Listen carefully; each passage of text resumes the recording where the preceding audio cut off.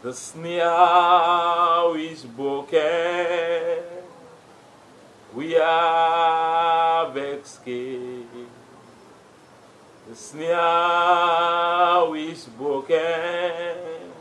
We are escaped. Christ has given us the victory. Christ has given us the victory again. The snare is broken. We have escaped. The snare is broken. We have escaped. Christ has given us the victory again. Christ has given us the victory again. Hallelujah. Blessed be the name of the Lord, for He is worthy to be praised. He gave us beauty for ashes, the oil of joy for mourning, the garment of praise for the spirit of heaviness, that we might be trees of righteousness, the planting of the Lord, that He might be glorified, be glorified. He gave us beauty for ashes, the oil of joy for mourning, the garment of praise for the spirit of heaviness, that we might be trees of righteousness, the planting of the Lord, that He might be glorified. Hallelujah. I'm here to talk about the law of liberty. It's a continuation of the message, the law of liberty. This is part 2. Many people are enslaved by the devil. When you are a slave to the devil, and literally or physically, if a person is a slave, the ability for him to progress in life is limited. You have no decision on your own if a person is a slave physically. Also, spiritually, if you are a slave to the devil or to the kingdom of darkness, you are limited. The ability for you to progress in life is limited. The ability for you to become successful in life is limited. You have no decision to make concerning your life. Many people are like that. I'm here today to set you free through the knowledge of God concerning your life. If you are in such situation, if you are a slave to the devil today, you are free. There are many ways the enemy enslaves people. The devil enslaves people. The one way that the enemy enslaves people is through sin. You are bound to a particular sinful habit or to a particular sin. You are not able to stop doing it. For example, like habit forming drug like cigarette smoking. You find yourself smoking cigarette, you are not able to stop this smoking of cigarettes. You want to stop it genuinely, but you find yourself doing it. You are bound. You are enslaved by the devil to that sinful habit. If you are in such condition today, I set you free in the name of Jesus. Some people is drinking. They find themselves, drinking. They always get drunk. They molested themselves through alcohol. They want to stop it genuinely, but they can't because they are bound by that particular, spirit of smoking or drinking. The enemy, enslaved them. They are in bondage. Another way that the enemy also enslaves people is through sexual immorality. Another way also is through poverty. All these are some of the ways that the enemy used to enslave people. But today, if you are in such condition, like you are bound to sin, I set you free in the name of Jesus. The Bible says, for sin will not have dominion over you. I set you free by that sinful habit in the name of Jesus. Another way again that the enemy enslaves people is through sickness. Many people are, enslaved by the kingdom of darkness through sickness, which we call satanic affliction. They have been afflicted continually by the devil. They have moved from hospital to hospital, but they cannot get well because they are enslaved by that particular sickness. If you are in such condition, today you are free. The Bible says, by his stripe you are healed. Christ have took away your infirmity and bear your sickness. Another way that the enemy enslaves people is poverty, as I mentioned it before. The Bible says in 2 Corinthians chapter 8 verse 9 that the grace of our Lord Jesus Christ, even though he was rich, or even though he's rich, he become poor for you, so that through his poverty you become rich for your sake. So, poverty is not your portion. If you are enslaved by poverty, by the devil today, I set you free in the name of Jesus. Another way again that the enemy used to enslave people is through barrenness. As I mentioned it the last time in the part 1 of this message, many people, are not able to have children for themselves. Many people are not fruitful.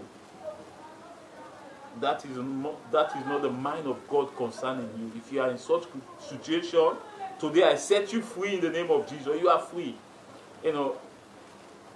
Another way again that the enemy used to enslave people is through curse. That is where I stop in the last message that I preached, part 1 of this message, curse. What is a curse? A curse is a bewitchment or evil pronouncement made against someone. Evil pronouncement or bewitchment or incantation made against you to hinder you, to oppress you, to render you useless. There are different kinds of curses. Curses or a curse hinder people from succeeding in life. A curse put someone in bondage. What do you mean by bondage?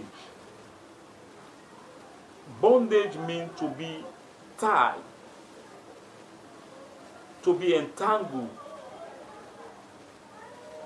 to be bound, or when you are not able to do what you're supposed to do. As a young man coming up, you have graduated, you're supposed to have a successful job, but you are not able to have a successful job because the enemy have enslaved you through the cause of poverty. You are in bondage.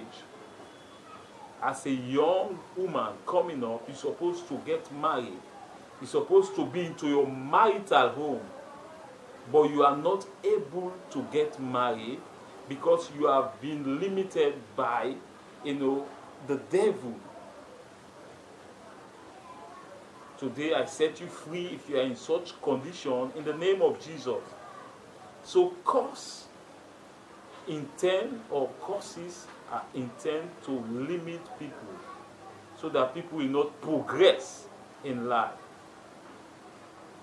As I said earlier, there are many types of curses or different types of curses. You have family curse. There are certain family that we come from.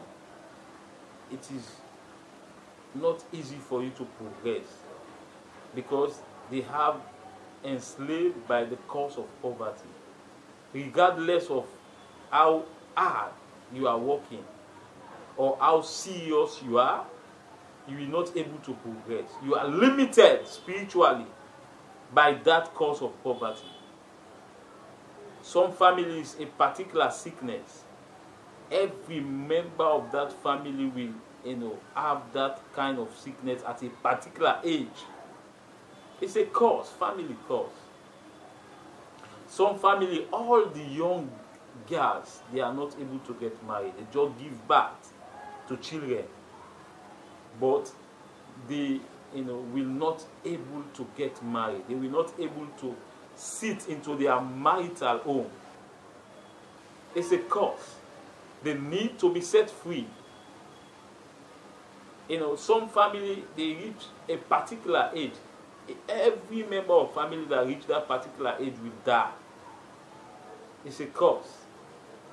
These are family cause or ancestral cause. But the Bible said in Galatians chapter 3, verse 13, Christ have redeemed us from the curse of the law by made himself a curse. As it is written, curse is every man that hangeth upon the tree. So that the blessing of Abraham may come upon the Gentile. So that we might receive the promise of the Spirit through faith. Galatians chapter 3 verse 13 to 15. Christ has redeemed us from the curse of the law. If you are in such condition today, I set you free in the name of Jesus. You have what we call territorial curse. There are certain places or certain environments or certain locality or territory that you will live or you will stay. It is very difficult for you to progress. Like in the book of Jeremiah chapter 16, God commanded the children of Israel not to take, a wife or to have children or sons or sons and daughter in a particular place, because the people of that place will die of grievous disease or grievous death. You understand? So that particular place is cursed. There are certain environment that you will stay. You will see all the young girls that are coming up. They will not able to, have good education. Most of them just end up pregnant and drop out of school. It's a curse. It affects the environment. If you live in that environment, you are a victim of that curse. But I have good news for you. The Bible says Christ have redeemed you from the curse of the law. That curse have no power over you. Christ have paid the price concerning your life. He has blotted out the handwriting of ordinance that was against you, that is contrary to you. He has took it by the way and nailed it to the cross. So that curse has no power over you. Territorial curse. There are certain environment that you will live or certain place. All the people in that environment are enslaved by the spirit of drunkenness or immoral spirits. It's a curse. Certain environment, you see all the people are enslaved by the spirit of witchcraft. It's a curse. They hinder people from progressing. See the young boys, they will not able to do anything successful. The Bible says Christ has redeemed us from the curse of the law. Hallelujah. By made himself a curse. You have what we call ancestral curse. Curse that pass on from one generation to another. They are similar to family curse. But ancestral curse is a curse that go from generation. Just like in the book of Exodus chapter 20 verse 5, God was commanding the children of Israel that they should not bow themselves down to idol or even serve idol. Because it's a jealous God. He will visit the iniquities of the iniquity of the father upon the children from the third to fourth generation. It's a curse. Many people are under curse as a result of idol worship. That is the root of ancestral curse. If your parents or your forefathers are serving idol or are worshiping idol, if you come from that lineage, you need to be delivered. Because there is a curse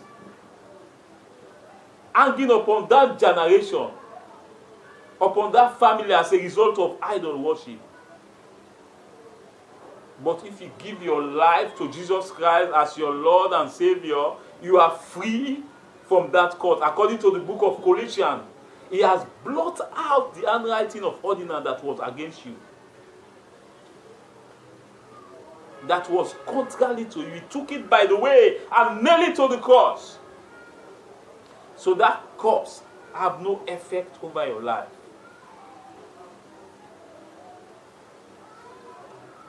Ancestral bondage.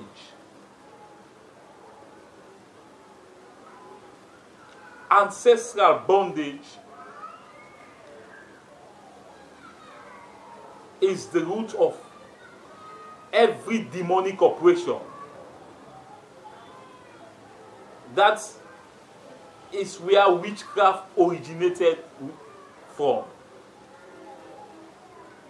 They make use of familiar spirit. Ancestral bondage is as a result of, idol worship. If you come from a family that worship idol, you are under bondage.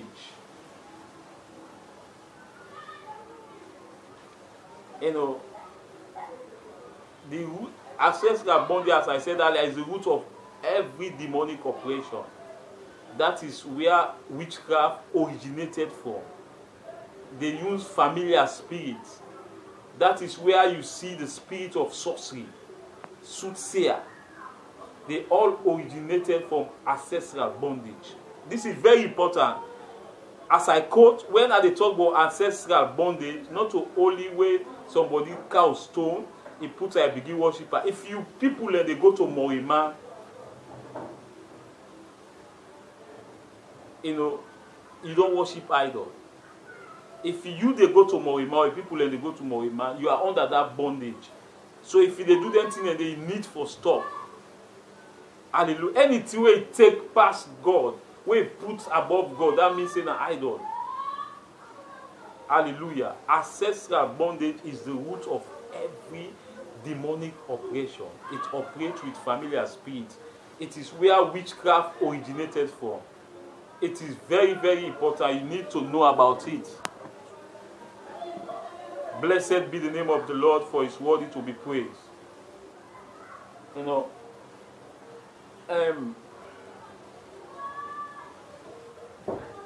The witchcraft, there are two types of witchcraft. I said earlier that witchcraft originated from ancestral body. It operates with familiar spirits.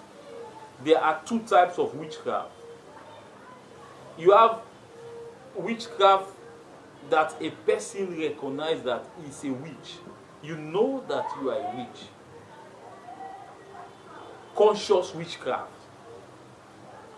And you have what we call blind witch. You are a witch, but you don't know that you are a witch. Those are the people that they are using. Those are the people that they normally, be victim of circumstance. They normally, exposed. They are vulnerable to attacks.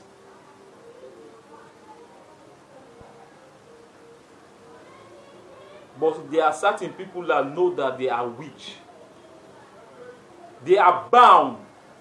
They cannot stop it.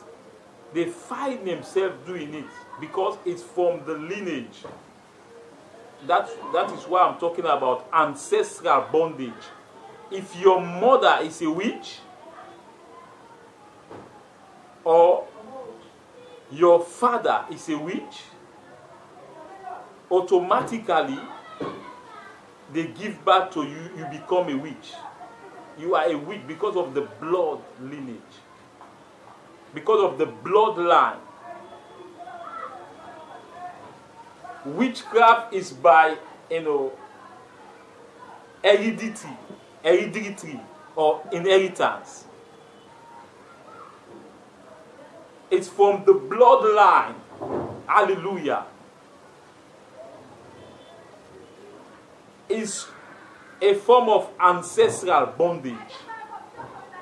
But there is a good news for you. If you are in such condition today, I set you free in the name of Jesus. I set you free in the name of Jesus. There are certain families, as a result of idols, they are subjected to poverty. Another, sign that you will be able to know that this particular family is under a curse or is under bondage is through the sign of poverty or untimely death. You see people die untimely in a particular family. Some people are limited. They are not able to even give birth to children. Because maybe the particular, cost that they are under limit them from having children. Some people are limited. They will not able to have a particular education. A very good education, rather. Certain, as I quote, certain family the way you go. This is very important. Now I make at the talker over and over. I'll let you understand that, because if you know but then I go able to set yourself free. Hallelujah. You need to set yourself free in the name of Jesus. You need to set yourself free if you are in such situation. There are certain family that you come from. It is very difficult for you to progress because you are enslaved. That family is enslaved by the spirit of poverty. There are certain families that are enslaved by untimely death. Many of them will not, even go up to 50. They will die mysteriously. If you are in such condition today, I set you free. But there is a good news. Let me talk about the types of captivities. There are two types of captivities. You have what we call a prey and lawful captive, or lawful captive and a prey. Hallelujah. Two types of captivities: lawful captive and a prey. Lawful captive is a person that willingly enter into bondage,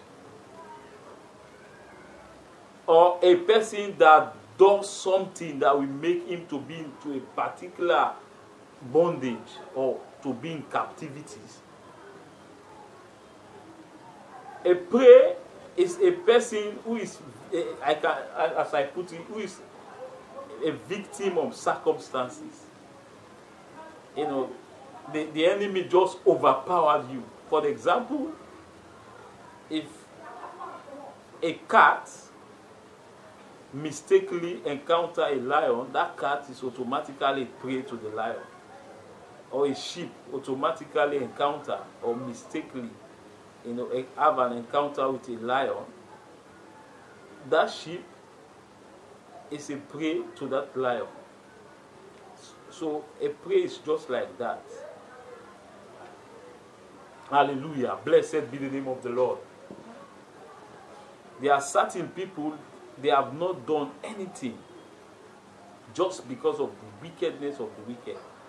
People will just see them and put them into captivities. If you are not in Christ, you can be a prey at any time to the devil. It is because we are in Christ that we are protected. For example, as I was talking, about territorial bondage, there are certain environments that you stay, you become a prey as a result of the curse that is in that environment. It is not necessary that you have done anything or your children have done anything. For the fact that you live in that particular territory or in that environment, you are under that curse. You are in captivity. You become a prey. It will affect your children. It will hinder your progress in life as a result of you stay in that place. There are certain people you have not done anything to them, they will just target to destroy your life or to afflict you with sickness. If you are in such a situation, you are a prey. But you have what we call lawful captive. Hallelujah. You are legally entered into captivities. Or the enemy have legal grounds to operate against you as a result of what you have done or what your forefathers have done or your parents have done. Let us look into the book of Isaiah 49. Hallelujah. The book of Isaiah 49. Isaiah 49 is very interesting. It's talking about, the types of captivities and also the mind of God concerning you, whether you are a prey or you are a lawful captive. Isaiah 49 verse 24.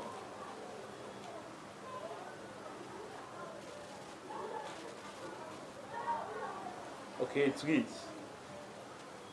It says, shall the prey be taken from the mighty, or the lawful captive delivered? He said, but thus says the Lord, even the captive of the mighty shall be taken away, and the prey of the terrible shall be delivered. For I will contend with him that contends with thee, and I will save thy children. And I will feed them that oppress thee with their own flesh, and they shall drunken with their own blood, as with sweet wine, and all flesh shall know that I, the Lord, am the Savior and the Redeemer, the mighty one of Jacob. Hallelujah. There is a good news here for you. Whether you are a prey or a lawful captive, the Lord said he will deliver you. God said he will set you free. He says, shall the prey be taken away from the mighty, or the lawful captive be delivered? He said, thus says the Lord. He said, but thus says the Lord, even the captive of the mighty shall be taken away, and the prey of the terrible shall be delivered. Regardless of how tough your captivity is, God is committed to set you free and is able to set you free. The Bible said, for he is able to do exceedingly abundant above all that we ask or think, according to the power that worketh in us. According to the book of Ephesians chapter 3 verse 20, he will set you free. Whether the enemy overpower you, as a result of wickedness, or whether you submit or you have done something that make you to be into that captivity, or your parents or your forefathers or your ancestors have done something that legally give the enemy grounds to operate against your life. The Lord said that he will set you free. He will deliver you. Hallelujah. Let us look into how you will be delivered. Hallelujah. We have what we call the principle of justification. The principle of justice. How you will be justified. In the law court, if you are in prison, for you to be set free, you need to be justified to the court of law for you to be set free. In the spiritual, application, or in spiritual balance, if you are in captivity, for you to be set free, you need to be justified by, the word of God, through the blood of Jesus. I want to show you how you will be justified for you to be set free. Hallelujah. Let us go into the main scripture that we use. the book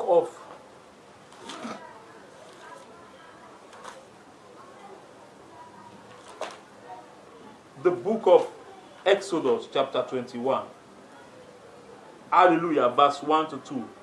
He said, now these are the judgments which thou shalt set before them. If thou buy an Hebrew servant, 6 years he shall serve, and in the 7th he shall go out free for nothing. 6 years he shall serve, and in the 7th he shall go out for nothing. Principle of justification. 6 is talking about the number of man. In the language of prophecy, we have what we call prophetic numbers. 6 is the number of man, the ability of man, the sovereignty of man. You will continue to be a slave for as long as you try to set yourself free by your own ability, by the ability of man. The sovereignty of man that, exclude God. The principle of justification. For as long as you try to set yourself free by yourself or by the ability of man, you will remain to be a slave. Hallelujah. Blessed be the name of the Lord. It said, a slave must serve his master. Hallelujah. Let's go there again. It said, if thou buy an Hebrew servant, 6 years he shall serve. 6 years he shall serve. On the 7th year he shall be set free. In prophetic number, 7 is talking about rest, the Sabbath. It's talking about Christ. In the book of Matthew, it said, come unto me, all those that are heavily laden, I will give you rest. Come unto me. Christ symbolizes rest. The moment you receive Jesus Christ as Lord and Savior, you call on Jesus Christ into that situation, that moment you will be set free. You will be free. Christ symbolizes the 7th year. A slave must continue to serve for 6 years, but at the 7th year, he must be set free. 7 is talking about Sabbath. It's talking about freedom. It's talking about rest. It's pointing about Christ, salvation. When you receive Jesus Christ as your Lord and Savior, you will be, regardless of how tough that captivity is. I don't know how you have been enslaved by the devil. But according to the principle of justification, Christ has paid that price. He has blotted out the handwriting of ordinance that was against you, that was contrary to you. He has took it by the way and nailed it to the cross. He has redeemed you by his blood. He has bought you back. Hallelujah. The enemy has no right to oppress you. You have been justified through Jesus Christ by his blood. The moment you realize that you will not able to set yourself free, or the ability of man will not able to set yourself free, occultic power, juju, man will not able to set you free, that moment you realize, you go on to God. You call on Christ. The moment you do that, you will be set free. I don't know what is oppressing your life. The principle of justification. Jesus Christ has paid the price for you. The moment you call upon Jesus, you will be set free. I don't know what is oppressing you. I don't know how the enemy have enslaved you, but I have a good news. That you will continue to be into that situation as long as you try to set yourself free. But the moment you call upon Jesus Christ, you hand over the matter to Jesus Christ, you will be set free. You have what we call the principle of release. How you will be released. If you are in captivity, the principle of release. Hallelujah. Blessed be the name of the Lord, for it's worthy to be praised. You must acknowledge the first principle of release. You must acknowledge that you are in captivities. You must know that I am in captivities. That this life I'm living is not a good life. It's a life of slavery. This is not the life that God wants for me.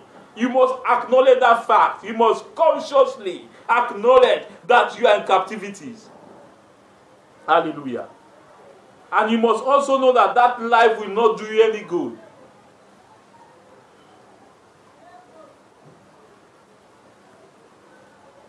Blessed be the name of the Lord.